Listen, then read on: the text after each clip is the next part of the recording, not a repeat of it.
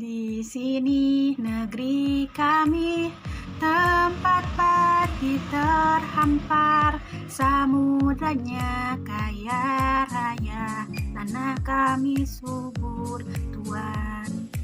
Salam cinta, salam perjuangan, karena cinta kita berjuang. Hidup mahasiswa Indonesia, hidup rakyat Indonesia, hidup pendidikan Indonesia. Salam Viva Legislativa.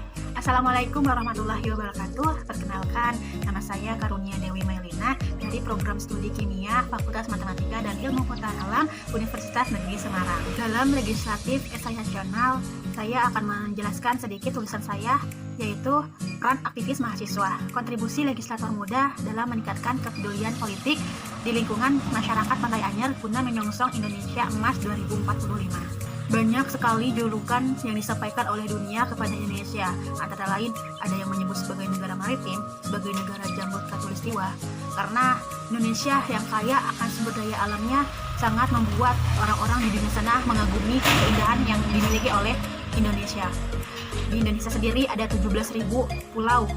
Dan salah satu yang akan menjadi pembahasan penulis kali ini adalah Pantai Anyer yang berada di ujung kulon Pulau Jawa Indonesia ini berada di Kabupaten Serang, Provinsi Banten, di mana mayoritas mata pencaharian masyarakatnya adalah sebagai petani, nelayan, pedagang. Namun yang akan menjadi pembahasan khusus adalah bagaimana caranya meningkatkan kesadaran politik bagi masyarakat yang berada di kawasan Pantai Anyer ini. Indonesia akan genap 100 tahun ketika 2045 mendatang. Ketika 2045 mendatang juga disebut sebagai jendela demografi dan masa emas, di mana jumlah usia produktif di antara 14 sampai 54 tahun itu lebih besar dibandingkan jumlah usia yang tidak produktif di bawah 14 tahun atau di atas 65 tahun. Ketika masa itu tiba, harusnya Indonesia harus sudah lebih maju, baik dalam bidang pendidikan, ekonomi, teknologi, atau bahkan dalam kepedulian masyarakat terhadap politik. Namun, melihat kondisi yang ada di tengah pandemi ini, sepertinya pemerintah sangat kewalahan. Padahal sudah banyak kebijakan-kebijakan baru yang telah pemerintah keluarkan untuk membantu Indonesia agar tidak terpuruk lagi. Maka dari itu, peran pemuda di sini harus lebih inisiatif dalam membantu pemerintah, karena pemuda adalah investasi dan aset terbesar yang dimiliki dunia saat ini, dengan senjata utama atau modal utamanya adalah pendidikan. Tidak sedikit pemuda yang sudah mulai bergerak menjadi pedobrak, pengkritis, bahkan perubah zaman. Dengan segala potensi yang dimiliki, pemuda menjadi topangan yang kuat untuk andil dalam lingkaran di bumi pertiwi ini. Lantas, bagaimana kontribusi pemuda dalam mewujudkan cita-cita Indonesia Emas di 2045 nanti, dan apa saja yang bisa dilakukan oleh kaum pemuda sebagai kompas arah angin ketika berlayar? Apakah pemuda Indonesia mampu menjadikan Indonesia lebih baik dan lebih maju lagi? Maka dari itu perlu adanya optimalisasi dari peran mahasiswa. Mahasiswa sekaligus pemuda yang merangkap dan diberi kepercayaan lebih sebagai aset emasnya Indonesia harus melakukan beberapa peran. Salah satu sebagai iron stock, di mana mahasiswa adalah generasi yang akan menggantikan generasi-generasi sebelumnya. Mahasiswa sebagai iron stock diharapkan mempunyai pendidikan yang tinggi dan moral yang baik serta akhlak mulia. Yang kedua adalah sebagai agent of change atau agen perubahan. Mahasiswa berperan sebagai agent of change karena dipercaya sebagai aset emasnya Indonesia atau aset emasnya negara ini. Nah, dari agen perubahan itu, mahasiswa diharapkan bukan saja menjadi pencetus kebijakan, namun menjadi objek dan penggerak dari suatu kebijakan tersebut. Yang ketiga, sebagai kontrol sosial, di mana kontrol sosial ini, mahasiswa dapat berperan sebagai penghubung antara masyarakat dengan pemerintah, menyerap aspirasi masyarakat, dan membantu masyarakat dalam sektor perekonomian, politik, pendidikan ketika masyarakat itu tidak mampu melakukannya. Dari peran-peran tersebut, diharapkan mahasiswa dapat mewujudkan tridharma perguruan tinggi negeri. Yang pertama, pendidikan dan pengajaran. Yang kedua, penelitian dan pengembangan. Dan yang ketiga, pengabdian kepada masyarakat. Pada dasarnya, mahasiswa yang menjelma sebagai pemuda itu berasal dari masyarakat, untuk masyarakat, dan akan kembali kepada masyarakat. Dalam upaya meningkatkan kesadaran politik di kawasan Sungai Anyer, harus beberapa langkah. Tahun 2018 lalu, Lembaga Ilmu Pengetahuan Indonesia atau LIPI telah melakukan survei, dan sebanyak 56% responden yang telah ahli dalam melakukan bidangnya menilai bahwa partisipasi masyarakat dalam penyusunan kebijakan itu masih sangat buruk.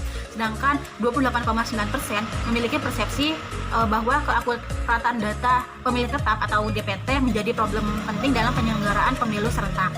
Nah, berdasarkan data tersebut, maka diperlukan suatu model atau gagasan pembangunan mahasiswa yang mendorong kesadaran politik bagi masyarakat, khususnya di kawasan Pantai Anyer. Mahasiswa tentu saja tidak sendiri dalam melaksanakan berbagai kebijakan.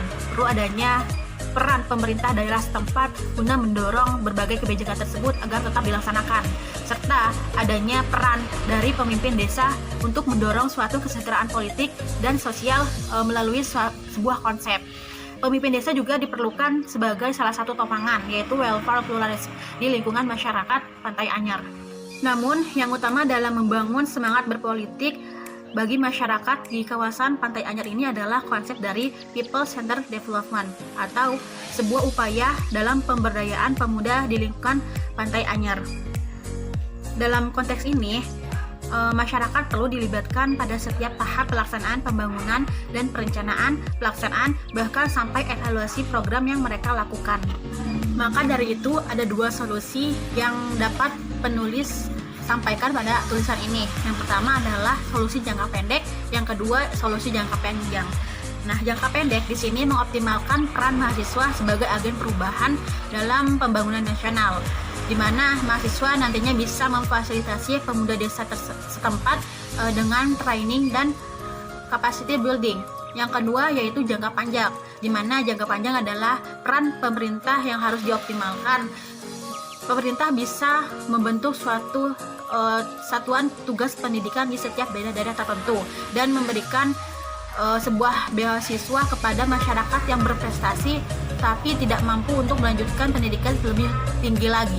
Dalam jangka pendek, training itu menjadi hal yang sangat krusial dalam pemberdayaan dari dan untuk pemuda. Kenapa? Karena sejatinya dalam mengatasi permasalahan yang sedang ada atau bakal sering terjadi di kawasan Pantai Anyer ini, perlu adanya pelatihan terkait pengetahuan, knowledge, keterampilan, skill, atau bahkan sikap, attitude yang pada akhirnya akan membentuk suatu tingkah laku yaitu behavior yang lebih baik. Nah, setelah itu, melalui proses training berikut dengan capacity building, selanjutnya para pemuda bisa mengkaji secara strategis bersama dan melahirkan resolusi-resolusi yang efektif untuk dieksekusi selanjutnya. Mungkin hanya itu yang bisa saya sampaikan, kurang lebihnya mohon maaf. Wabillahi taufiq wal hidayah. Wassalamualaikum warahmatullahi wabarakatuh.